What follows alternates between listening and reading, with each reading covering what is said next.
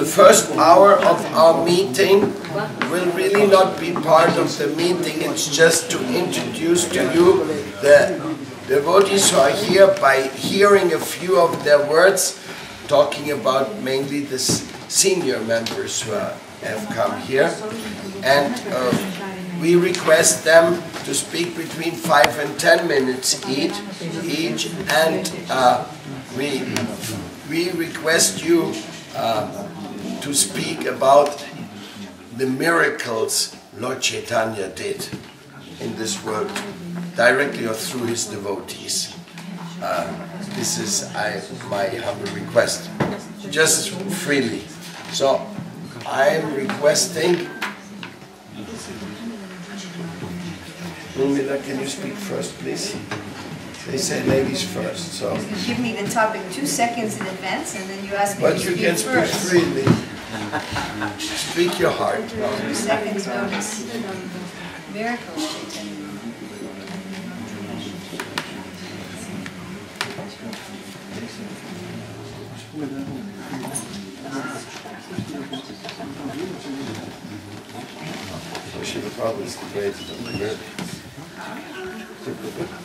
Hare Krishna.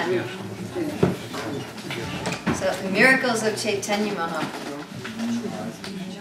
There are many, but I'm thinking of his walking through the Jharikandar forest.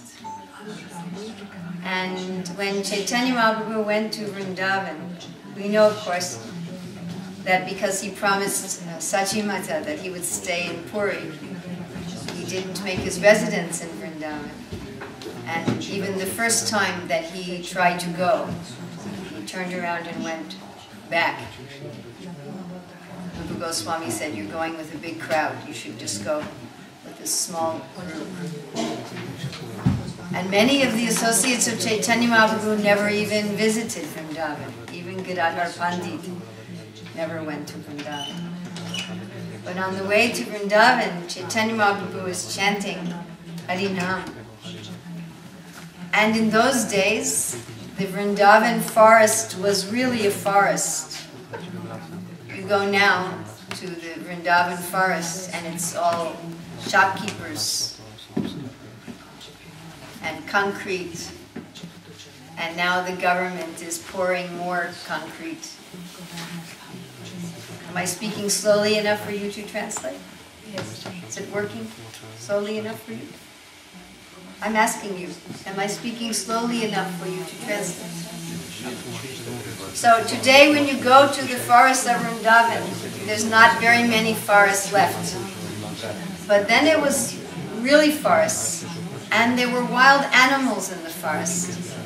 Just like we hear about Sanatana Goswami, how one time a tiger was drinking right next to him. Krishna came to save him from a tiger. And there really were tigers at that time. And what to speak of in Krishna's time. We think about the gopis running for Ras Leela. And they were, each of them went alone, unseen by the others. And they were in the middle of the night going through a dark forest with tigers. They weren't just, you know, not like you're running to Loy Bazaar in the middle of the night worrying about the dacoits, but they were tigers. So there were tigers and deer, elephants, and Chaitanya Mahaprabhu's associate, Balabhadra, was afraid. Because these animals are naturally antagonistic to human beings and antagonistic to each other. But Chaitanya Mahaprabhu got all of these animals to chant and dance, and they were embracing and kissing one another. Even the tiger and the deer, they were dancing together and kissing in affection.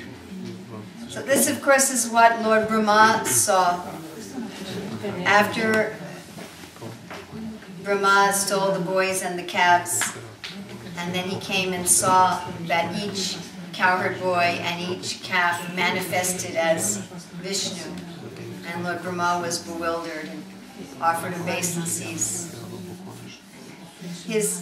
Then that cleared. He no longer saw all the Vishnu forms, but he saw Vrindavan. And he saw Vrindavan as a place without envy, where even the creatures like tigers and deer, who normally are enemies of each other, were friendly.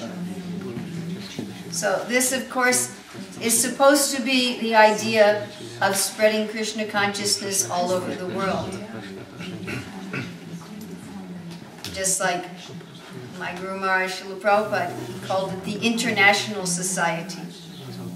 So normally people from different countries, different cultures, different backgrounds, they find it difficult to cooperate together. They're thinking, oh, the people from this country, they're my enemy. So many different social classes. But if one really has Krishna consciousness, then Surinam Sarvadehinam. Just like Krishna says he's Surinam Sarvabhutanam. So the devotee also becomes Surinam Sarvadehinam. So this is the real miracle. Srila Prabhupada writes in the Krishna book that the materialists see the world as very aggressive. But to the devotee, everything becomes happily situated. So it is very nice to be at this meeting, because sometimes, whether due to immaturity or due to some transcendental feeling, because of course even in Vrindavan there are different groups of devotees, and sometimes different parties also.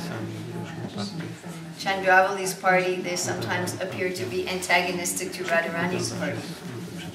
Like in the Madhava Mahotsava of Jiva Goswami, it's explained that when Radharani's crowned the queen of Vrindavan, Chandravali and her friends are not very happy. They're thinking, oh, Chandravali should be the queen of Vrindavan. So sometimes there's some party spirit because of different transcendent ideas of how to please the Lord. But that kind of spirit is without envy. There's no malice. There's no ill feeling.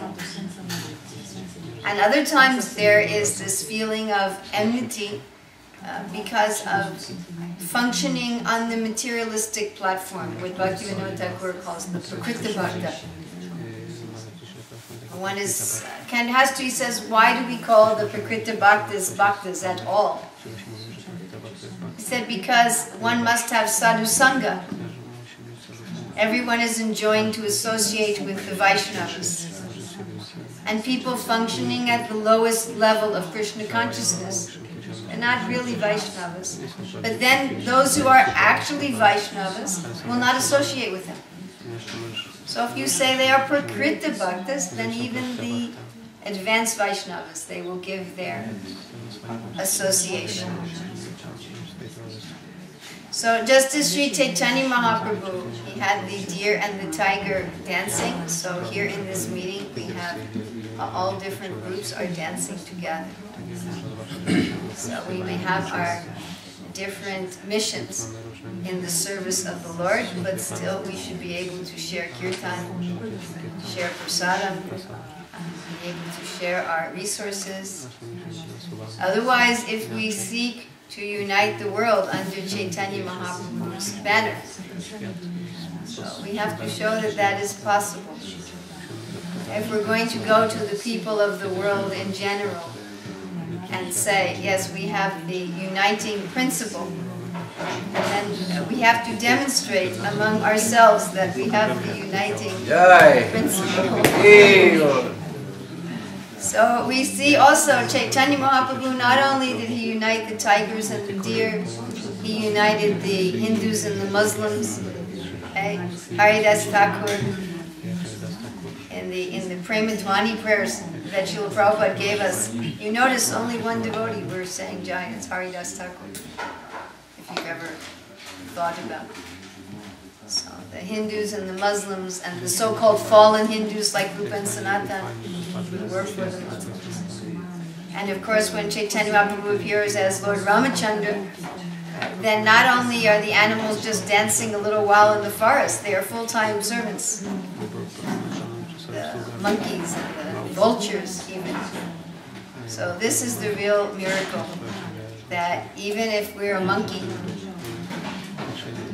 or some tribal, like, so even like me, I'm just an American tribal by Vedic standards, worse than a tribal.